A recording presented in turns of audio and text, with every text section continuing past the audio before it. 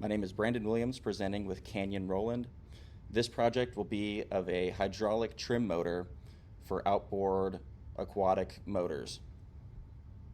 This is for DFT-170 with Dr. Hans Chapman. So the backstory as to how we decided on this project is both of us are very into being around the water, and we've always been around boats.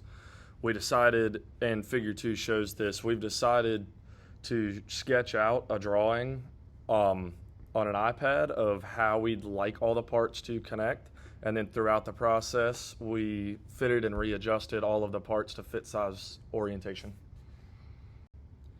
So let's start talking about parts and how we managed to create them. The first and arguably most complex part of this project was the main servo housing. In order to make the main servo housing, we pretty much just did a series of extruded circles to make the cylinders. We did a rotate to make the reinforced bead at the top of the main cylinder, and then extruded circular cuts through the cylinders to make the pressure vessel for the hydraulic cylinders. On the bottom, I put an offset on the extrusion so that it would kind of taper in to a smaller size, just to make it look more appealing and more like the real thing. We also put threads on the top of all of the barrels in order to have a surface for the caps in the next slide to screw into. The next parts that we decided to create, we were originally attempting to make them one part, but farther into creating these parts, we realized that we had to have different diameters in their central locations for the different rods. These are the central servo cap and the bump stop caps. This is sort of the next shape of piece that we had to make out of the three main shapes, just rods, servo bodies, and then caps. This would be an example of the rods. That middle piece is the rod end for the main servo rod.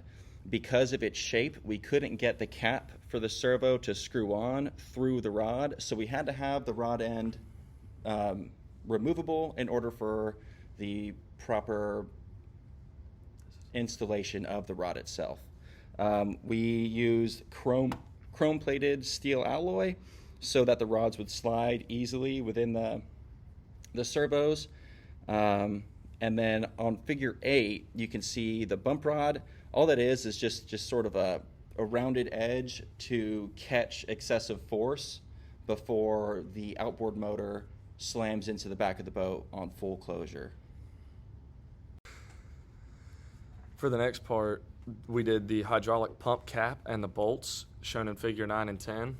The hydraulic cap houses the motor, which processes the hydraulic fluid through it to be able to move all of the cylinders, or the cylinder up and down, and as well as give tension to the bump stops. Now you've seen all the parts. This is a picture of the assembly. We pretty much just used the screw and the concentric mate for most of these pieces. We also did limiting mates for the caps. This is our drawing document showing in the bottom left corner the front view, followed by the right view, the top view, and the isometric view. In addition, this figure shows our simulation.